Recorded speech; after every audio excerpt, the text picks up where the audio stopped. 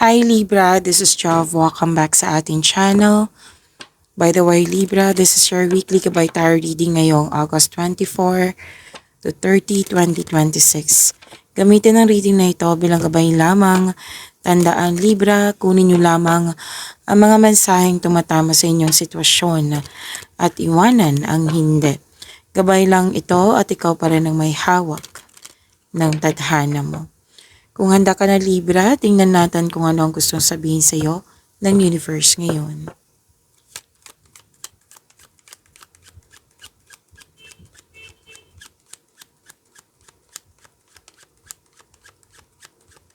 Mga parating pa para kay Libra ngayong August 24 to 30, 2026.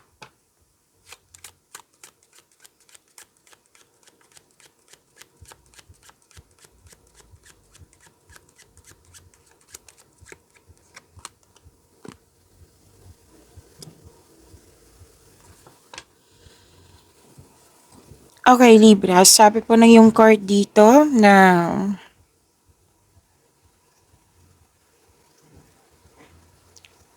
may energy ng isang lalaki dito na pwedeng house owner, boss, amo, mentor, teacher, kasi nagtuturo sa'yo. Like, ginaguide ka niya na like, ito yung gawin mo Libra, wag mo tong gawin. Na pwedeng obligasyon ka niya or pwedeng yung pinag-usapan niyo is about your obligation. So, nag-dictate to on what you can do or cannot do. This is lalaki 45 plus years old na pinoprotektahan ka niya para hindi magkamali, para hindi ka masaktan. Malaki ang kanyang influence sa iyo. Malaki ang kanyang influence ngayong week na ito. Na kung ikaw itong lalaking ito, yes, pwedeng ikaw to. Kung hindi man, pwedeng ibang tao.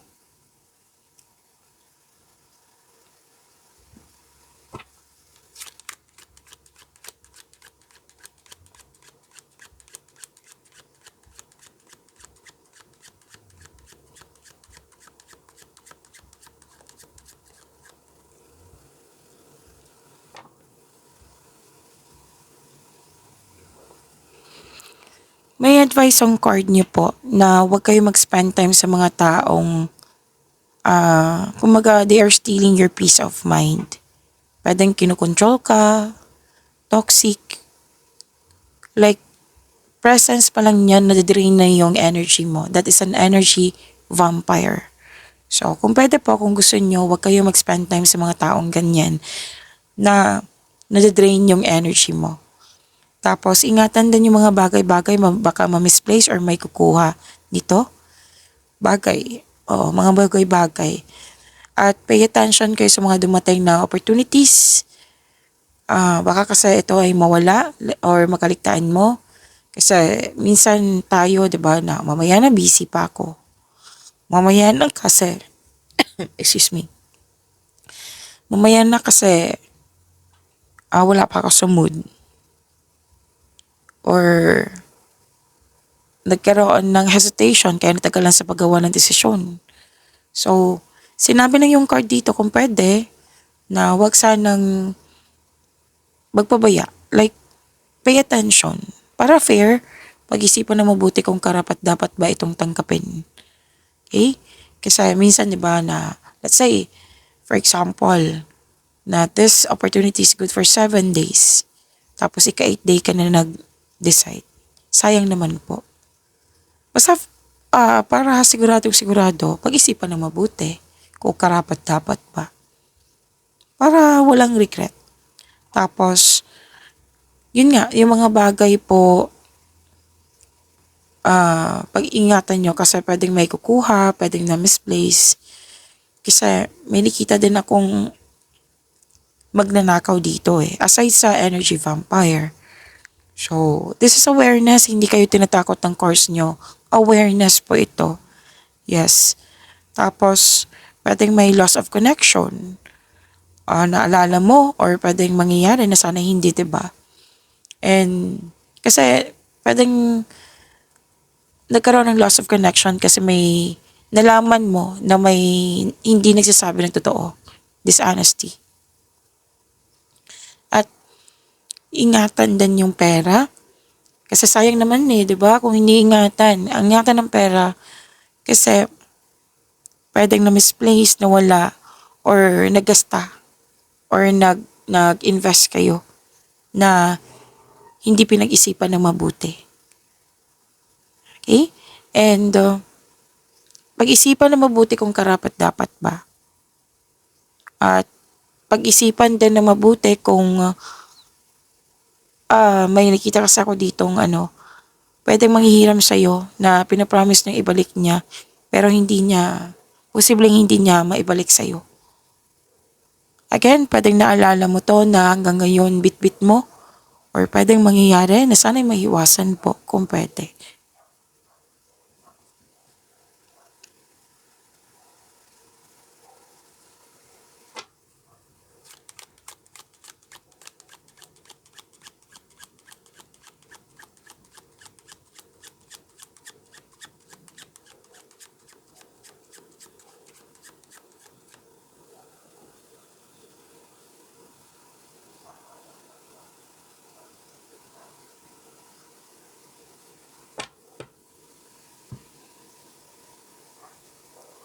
Okay.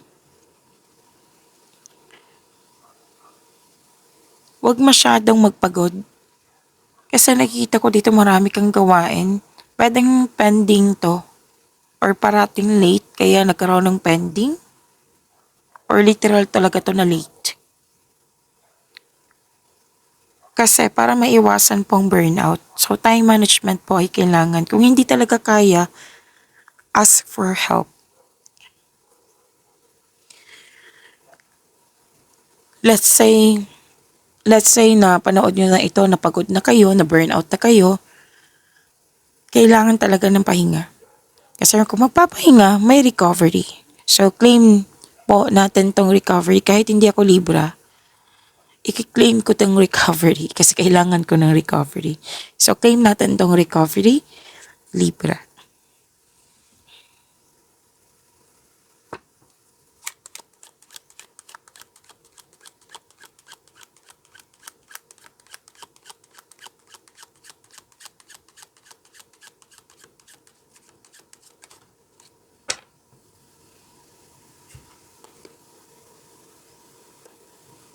Huwag masyadong mapagod sabi ng card kanina. Kasi pwede maapektuhan yung katawan mo Pero i-claim talaga natin tong recovery. Huwag magpagod, huwag masyadong magpa-stress. Kasi sinabi naman kanina, di ba, na-drain yung energy. Na pwedeng may pasaway dyan or na-drain yung energy nang dahil sa maraming gawain. Tapos nakikita ko dito, gusto mo mapag-isa muna. It might be ito yung ugali mo na mapag-isa muna kasi that is space, pahinga. Yan.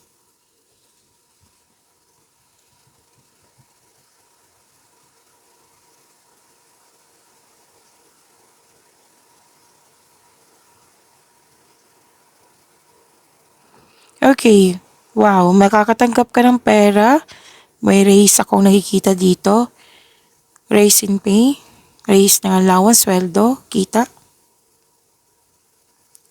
Pwedeng bonus, pwedeng may bumili sa'yo.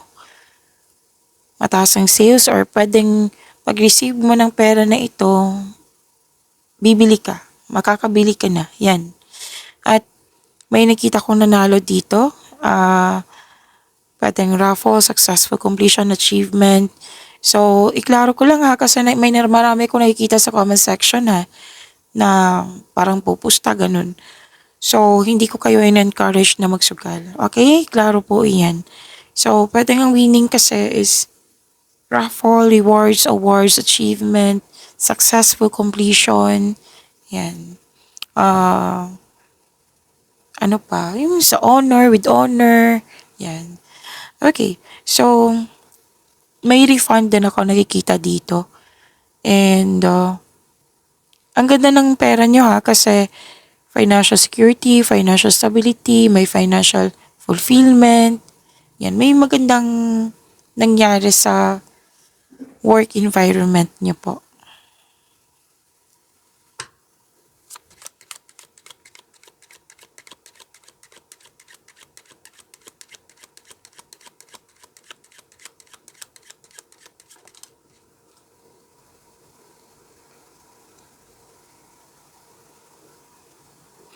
Okay, um, pwede may nangyari sa nakaraan na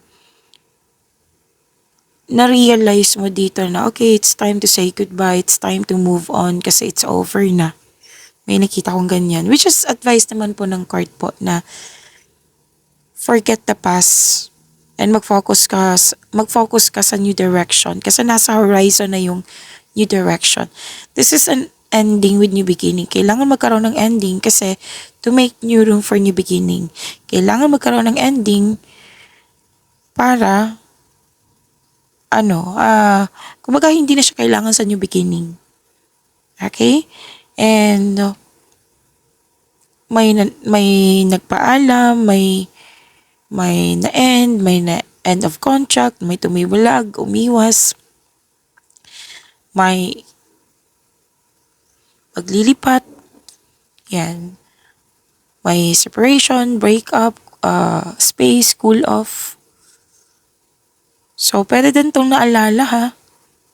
Kung hindi man ito na nangyari sa nakaraan, basta po, yung mga bitbit mo, lalo na't yung grudges, yung unhealthy connection sa nakaraan, may acceptance na kung nakikita dito at magla-let go ka.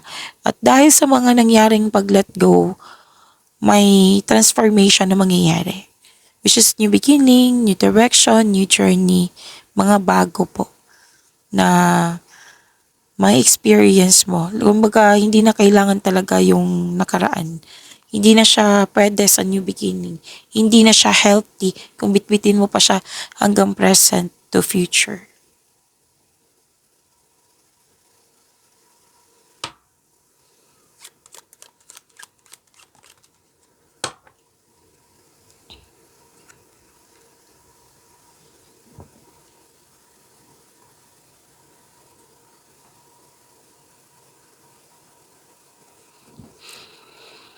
May nakita ako ditong isang babae, young unmarried woman na maaring ikaw to or pwedeng ibang tao na magandang energy, like positivity, pwedeng nag-support to sa'yo, pwedeng ikaw may sinusuportahan ka, pwedeng ikaw to na may sinusuportahan ka. Yan. Kumbaga, magandang kumbaga, ang energy niya is positive. Like, kung nagdududa ka sa taong ito, ang intention niya is clear. Like, mabuti.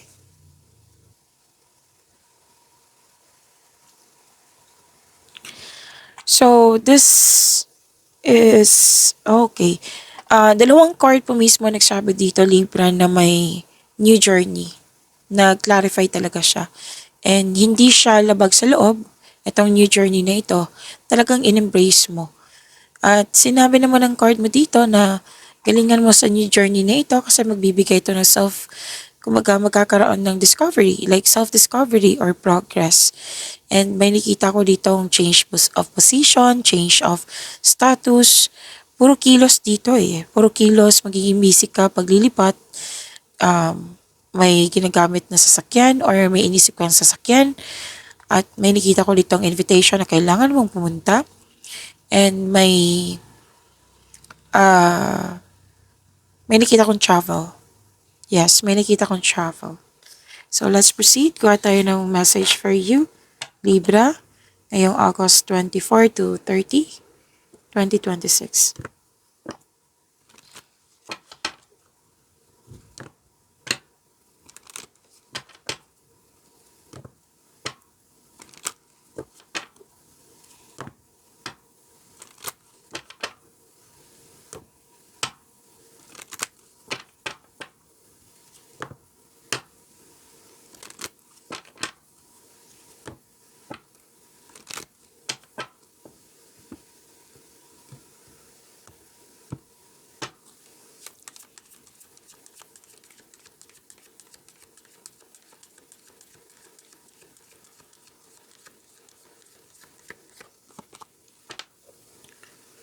Oh, ikatatlong card na nagsabi to. Nagsabi po na new start is coming. So prepare yourself, prepare your energy. Kasi sinabi naman ng card kanina na magiging busy ka, di ba? A new start is coming. This is new moon. So tingnan niyo po yung screen niyo. Kasi baka may magtaka dito, bakit new moon? Oo, kasi yan minsan nakikita ko sa comment section eh. A new start is coming, new moon. Inom muna ako ng tubig, saglit lang po.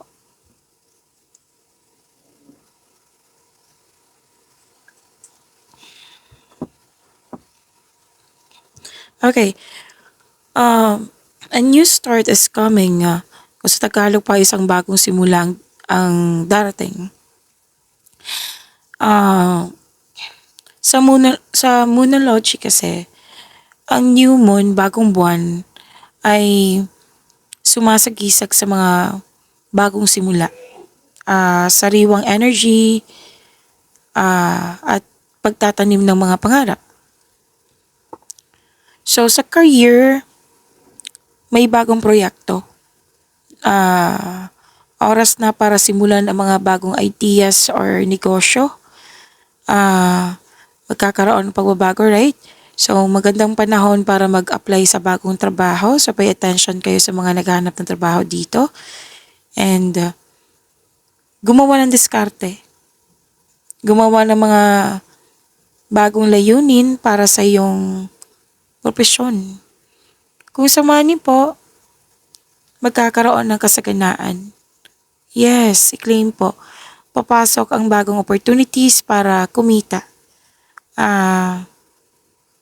Simulan ang mas matalinong pag-iipon or pamumuhunan. So, kailangan mag-budget at magkaroon ng disiplina. Iwasan ang lumang bisyo sa paggastos. Oo, kung may ugali kayong gasta ng gasta, it's about time na pag-isipan na mabuti kung kailangan ba ito. Okay? It's about time na magkaroon ng disiplina sa pera.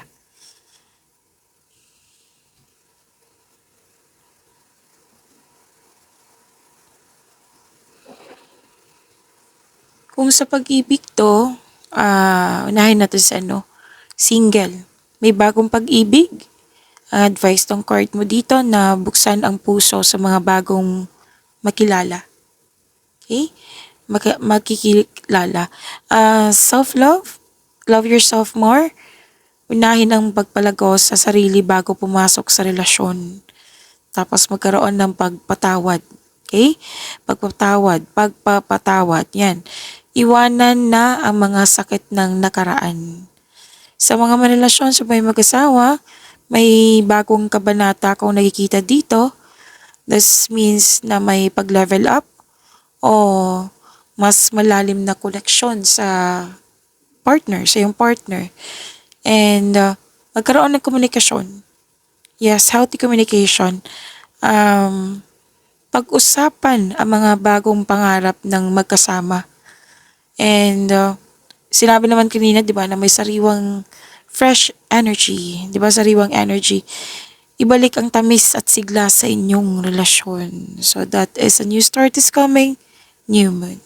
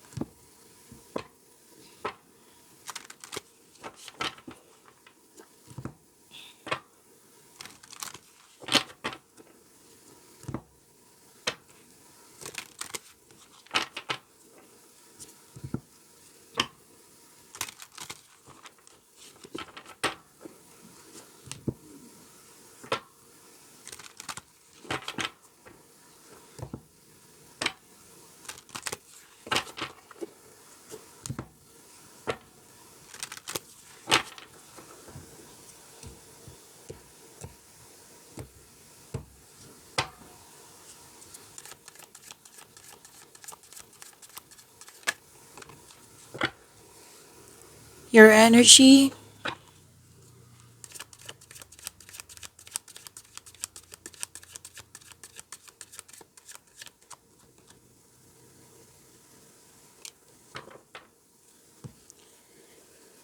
maraming salamat, Libra, sa mga hindi nag-skip ng ads.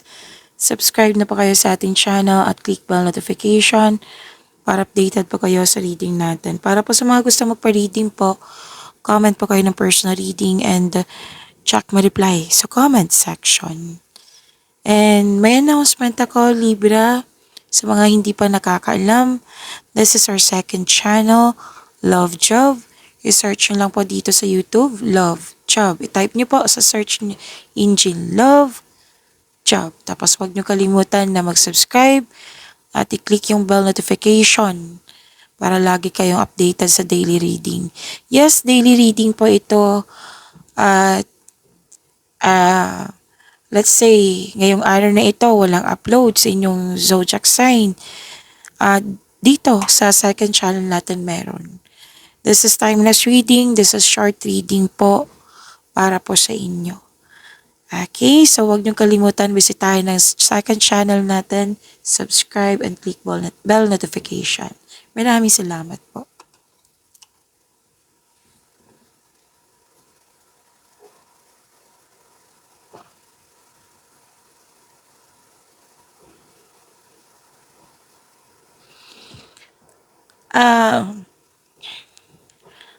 Libra, your energy, ang ganda po. You're very inspired in doing some action, nagkaroon ng momentum, nagkaroon ng direction, mas focus ka, nagkaroon ng determination, concentration. Yan.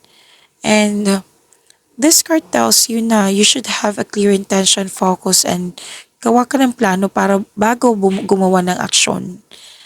And gagawa ka kasi dito ng best decision or best choice. So makakatulong po ang pag-create ng konkretong plano para makagawa ka nga ng best decision and best choice. And makakatulong din po ang makinig kayo sa inyong intuition to guide you towards the next action. So remember, sabi ng yung card dito, you have success in the face of difficulty. Like, pwedeng challenging to, pero may success na sinasabi dito.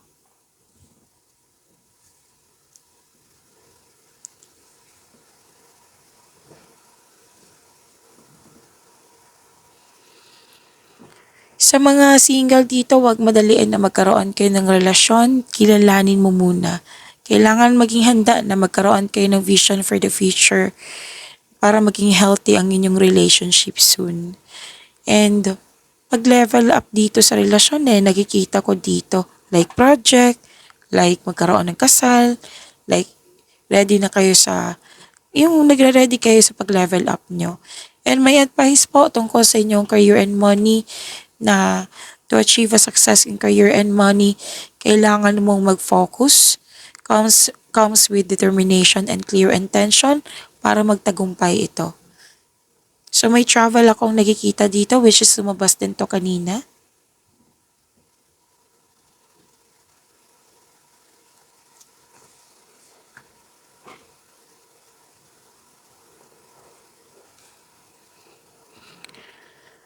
Okay, so dalawang card po mismo nagsabi dito na gagawa ka ng desisyon. May nakita ko dito na some of you na gumawa na ng desisyon and the next hour, iba na naman yung desisyon or laban-bawi, laban-bawi. Why? Kumbaga, self-protection, ayaw mo masaktan, ayaw mo magkaroon ng negative outcome. Fear kasi to Libra. Kailangan ma-release tong fear na ito. Para matulungan mo yung sarili mo, suriin ang punot dulo kung bakit ka nagkaroon ng fear. Okay? Para matulungan mo yung sarili mo. Para ma-overcome mo po ito. Okay? Kung hindi kaya, pabago-bago yung isip mo, hindi mo ma-identify nga, then ask for help. Pero the best way kung ikaw talaga ang gagawa ng solusyon. Kasi magbibigay ito ng kaginawaan.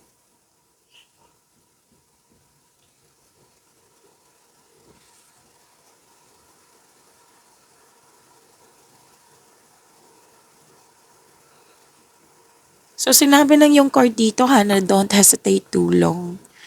Kasi, sinabi dito baka mawala na nag-hesitate ka na dyan. Like for example, opportunity na good for 7 days tapos ika 8 day ka na nag-decide. Sayang naman po.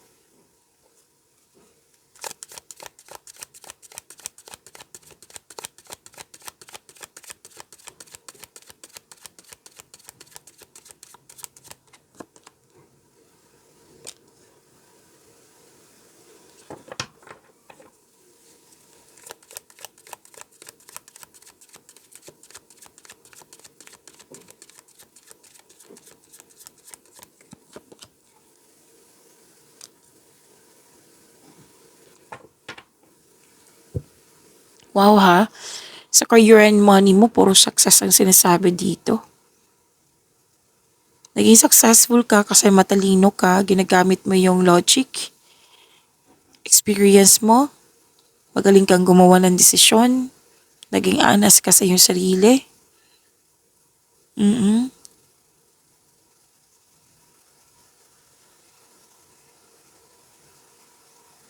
At magaling ka sa mga ginagawa mo, magaling ka na leader, maraming naniniwala sa'yo, nakikinig ka sa iyong intuition. Alam mo ba, sa pagkikinig mo sa iyong intuition, it will, ano, it will grow your business more, your work.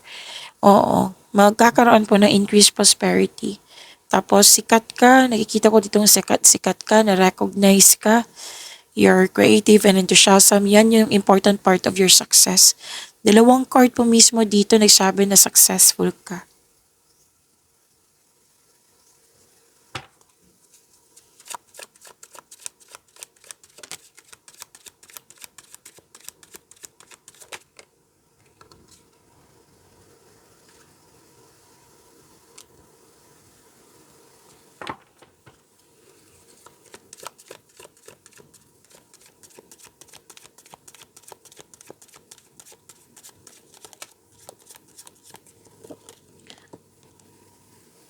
Kung gusto niyo pong updated kayo sa reading natin, like mapanood niyo po yung premiere ng video natin, i-click niyo po yung bell notification dyan.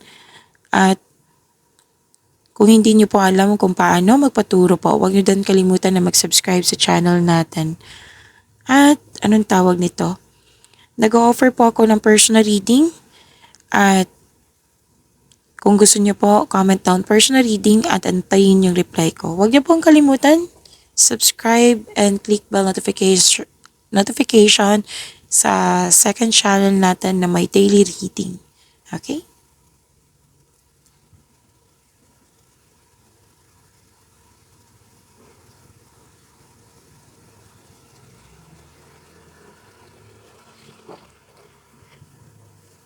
Libra, sa love and romance po. Some of you, ayaw nyo muna makipag-date. Like, gusto mo na me time muna, alone time muna, gusto mo mag-focus sa sarili. Para sa mga marelasyon sa buhay mag-asawa, nakaramdam ka ng pagod or stress, pwedeng hindi nagkaroon ng pagkakaunawaan, nag-decide ka dito na mag-put space muna para makapag-isip at makapagpahinga.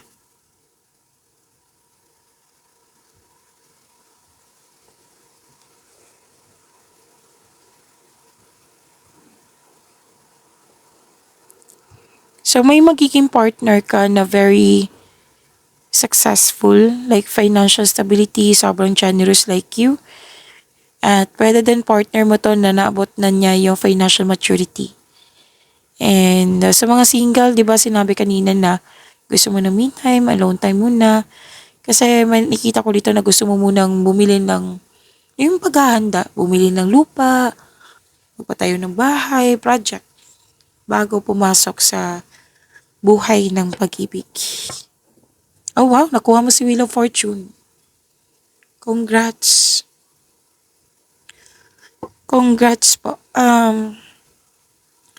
Sa mga single, may chance na mamimit mo yung new romantic partner mo, which is sinabi naman kanina. Sa mga marelasyon sa buhay mag-asawa, di ba hindi nagkaroon ng pagkakaunawaan, sinabi kanina. Magkakaayos kayo kasi may dumating na blessings. Magkakaayos po kayo. Tapos may nakita ko ditong magandang kapalaran. Nangyayari na kasi may mangyayari na kasi sinabi dito destiny. Good luck and good karma, may completion of cycle. Basta po ang advice ng card na mag-focus kayo sa mga bagay na makapagbigay sa inyo ng peace of mind. Huwag niyong pilitin or let go muna po yung mga hindi mo makontrol. So may changes sa darating or blessings. Yes, you are moving from a painful cycle to happiness. So embrace this new situation na dumating sa iyong buhay. So yan po, pag-imanin niyo po yung blessings na binigay sa inyo, Libra. See you tomorrow. Maraming salamat po.